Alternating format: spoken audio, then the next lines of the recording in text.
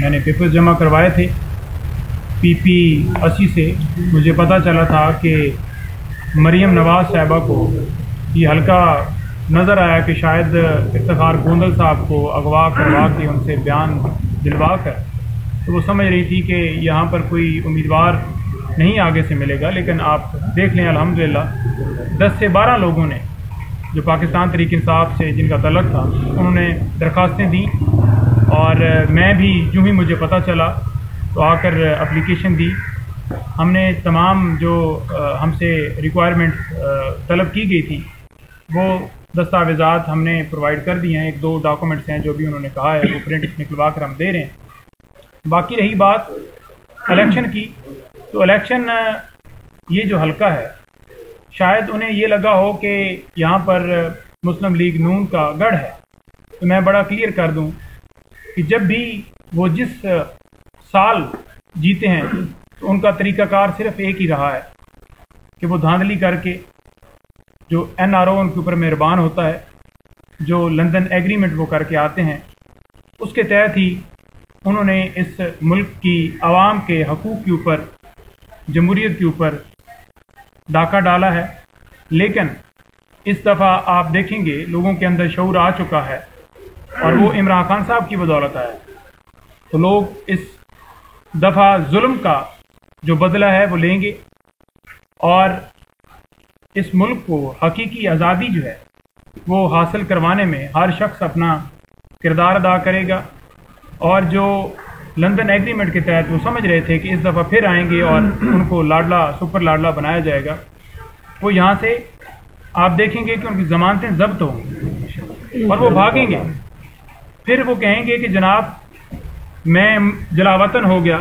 आप जलावतन इसलिए होते हैं कि आप खुद भाग कर जाते हैं। आप मुल्क में आते हैं, आपका सिर्फ काम ये होता है कि फैक्ट्रियाँ, मिलें, अपने कारोबार, अपने बैंक अकाउंट्स, अपनी जायदादें, अपने अपार्टमेंट्स बनाना। आप मुल्क में खिदमत के लिए तो नहीं आते। और जब आपकी हुकूमत जो है वो ख़त्म होती है तो उसके बाद आप लंदन रवाना हो जाते हैं या किसी और मुल्क रवाना होते हैं और फिर कहते हैं जी कि मैंने 15 साल जो है वो ज़िंदगी के बाहर गुजारे। तो आपको क्यों गुजारने पड़े? आज आप क्यों मुँह छुपा रहे हैं? आज आपको लोगों के अंदर आते हुए शर्म आ रही है। आप आज जलसे करते हैं तो आपके जलसों में लोग होते ही नहीं हैं, और जो आते हैं उनको किसी को आप बिरयानी का लालच देते हैं, किसी को आप जन्नत का टिकट जो है वो बांटने का कहते हैं कि जन्नत का टिकट मिल रहा है।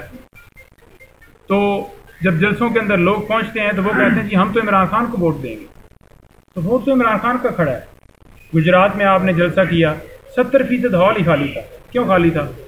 क्योंकि आपकी जो मकबूलियत है वो ज़ीरो हो चुकी है और आपको खौफ इस चीज़ का है, डर इस चीज़ का है कि आपको पता है कि इमरान खान को हमने अंदर भी डाल लिया। हमने बल्ला भी पूरी छीनने की कोशिश की, जो कि अल्हम्दुलिल्लाह पेशावर हाई कोर्ट ने एक ज़बरदस्त फैसला सुनाया और हमारा बल्ला वापस आया। फिर आपने डिस्क्वालीफाई भी इमरान खान साहब को किया। उनकी पार्टी के जो वर्कर्स हैं PTI के ऊपर पूरा क्रैक डाउन किया, लोगों को अगवा किया, लोगों के घरों में छापे मरवाए, डकैतियाँ करवाईं, चोरियाँ करवाईं। और जो जुल्म और जबर किया है, जो आप कहते थे कि वोट को इज्जत देनी है, जो आपने जुल्म और जबर किया है उसका बदला जो है इस दफ़ा आवाम आपसे लेगी और वो वोट से लेगी। आप ये समझ रहे होंगे कि शायद 8 फरवरी को आप मैनेज कर लेंगे। तो जब करोड़ों की तादाद में लोग निकलते हैं तो फिर उन्हें मैनेज करना मुश्किल होता है, उन्हें कंट्रोल नहीं किया जा सकता। आप तो होंगे ना किसी और के लाडले, तो इमरान खान जो है वो इस आवाम का लाडला है और 8 तारीख को इंशाल्लाह लोग जो है अपना रिजल्ट दिखाएंगे। दूसरा, आज साइफर केस के हवाले से बड़ी अहम पेशरफ्त हुई है। उसमें मुअज़्ज़ज़ अदालत ने उस ट्रायल को रोक दिया है। 11 तारीख के लिए उस ट्रायल की समाअत जो है वो रुक गई है। और दूसरे नंबर पर हमने जो बुनियादी इंसानी हकूक़ की खिलाफ वर्जियों के हवाले से दरख्वास्त दी थी सुप्रीम कोर्ट में, अभी तक वहाँ से हमें कोई सदेबाब जो है होता नज़र नहीं आया, क्योंकि पहले भी सुप्रीम कोर्ट ने डायरेक्शन दी थी सुप्रीम कोर्ट इलेक्शन कमीशन को कि आप इनकी ग्रीवियंस सुने और उसको रीड्रेस करें। लेकिन लेटर तो लिख दिए गए तमाम चीफ सेक्रेटरीज को, IGs को, प्रैक्टिकली अगर देखा जाए तो हमने किसी जगह के ऊपर नहीं पाया कि कोई ऐसी जो है वो पेशरफ हुई हो कि किसी अफसर के खिलाफ जो है एक्शन लिया गया हो। और जिन आईजीज़ और चीफ सेक्रेटरीज को हदायतनामे जारी किए गए थे वही तो जुल्म करवाने वाले हैं। अगर फ़ौरन उनको मुअत्तल किया जाता, वहाँ पर न्यूट्रल लोग बिठाए जाते।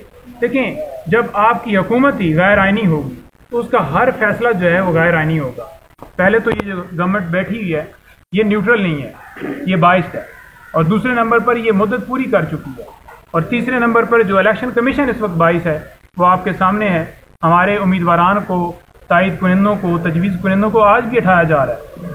और मैं आखिर में नवाज़ शरीफ को और मरियम को ये मैसेज देना चाहता हूँ इस हल्के के हवाले से भी और ओवरऑल भी कि देखें, आपने मुकाबला करना है ना इमरान खान से, तो सियासी मैदान में मुकाबला करें।